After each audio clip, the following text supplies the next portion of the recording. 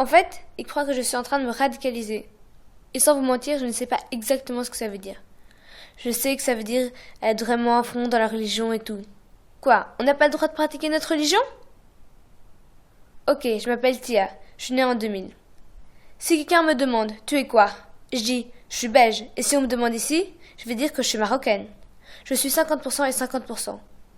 Dans tous les cas, c'est vrai. Ils ont ajouté il y a pas longtemps le droit d'enlever ta nationalité si t'as fait un truc bizarre. Tss, tu es ce que tu es. Tu es qui toi pour m'enlever ma nationalité? Même si on devait me retirer ma carte d'identité, je suis les deux. Je suis fière de ce que je suis. J'étais déterminée à aller en Palestine. J'étais bien à l'école, jusqu'au jour où j'ai vu une vidéo. C'était sur une chaîne arabe. Et ça a tout foiré. Et cette vidéo, c'était des gens qui ont dit à une personne qu'ils allaient la pendre. Et j'étais très jeune, et ça m'a perturbée. C'était chez mon père. Je faisais que voir des vidéos choquantes. La presse, elle n'en parlait même pas. Ça m'a dégoûtée. Alors, j'ai commencé à chercher sur Internet.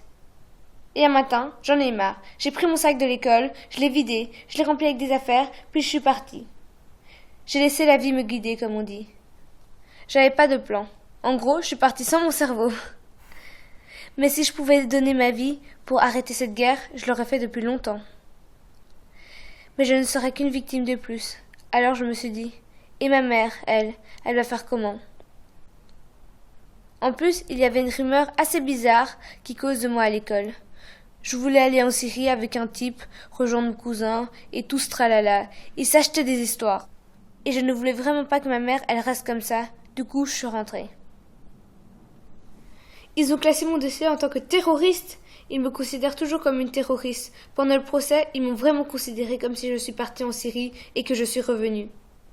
J'avais aussi des photos et des vidéos choquantes sur mon téléphone. Mais ils n'ont pas le droit de me punir à cause de ça. Parce que j'ai le droit de m'informer. En plus, c'est téléchargé sur Internet. Quand un handicapé sans cervelle va dire que c'est les musulmans, bah moi, je vais te montrer une vidéo qui choque où ce sont les musulmans les victimes. Parce que maintenant encore, c'est nous les victimes. Lorsque j'étais au palais de justice, j'avais une avocate. Elle m'a même pas parlé. Elle était occupée avec son téléphone. Ça m'a choquée. Je me suis dit, oh, tu devrais m'aider, toi. Ça m'énerve, parce qu'on est mineur, que voilà, qu'on n'a pas de bouche, qu'on ne sait pas parler, qu'on n'a pas de cerveau. Parie combien que mon cerveau il est beaucoup plus développé que celui-là. Non mais sérieux, qu'est-ce qu'une gamine de 15 ans va aller... Réfléchissez un peu. Et c'était où je devais être poursuivie par une psychologue ou un psychiatre et tout le bordel qu'il y a derrière, ou bien je devais aller en IPPJ. Enfin, j'ai choisi le psychologue. En fait, c'est juste le fait de voir l'injustice. Ça me tue. Je ne supporte pas l'injustice. Déjà, rien que ma sœur, quand elle a un biscuit et qu'elle ne le partage pas avec son petit frère, je ne lui parle plus. C'est quand par exemple, le prof, il donne cours et il sort « Israël, en Israël ». Moi, ça m'énerve et je dis « Écoutez madame, je vous dis que c'est en Palestine ». Et il y a une autre élève qui dit « Chacun son opinion ». Et je me suis énervée encore plus. J'ai dit « Ce n'est pas une question d'opinion, c'est un fait ». Et puis voilà, c'est parti en cacahuète. La soi-disant liberté d'expression. T'es libre de t'exprimer que si t'es de leur côté à eux. Vous comprenez? Ce que je ne comprends pas, c'est les gens, ils n'ont pas de respect en fait. Ce qui m'a énervé encore plus, c'est la liberté d'expression avec Charlie Hebdo. C'est pas de la liberté d'expression, c'est de la pure provocation. Pourquoi il attaque le point faible de tous les musulmans? Pour nous, le prophète, il est au-dessus de nos parents. Mais je condamne ceux qui ont tué ces hommes. C'est vrai, ça se fait pas. Mais ça ne veut pas dire que je suis Charlie. Non, ça ne veut pas dire ça. C'est comme les gens, au jour d'aujourd'hui, qui disent que c'est les musulmans les coupables.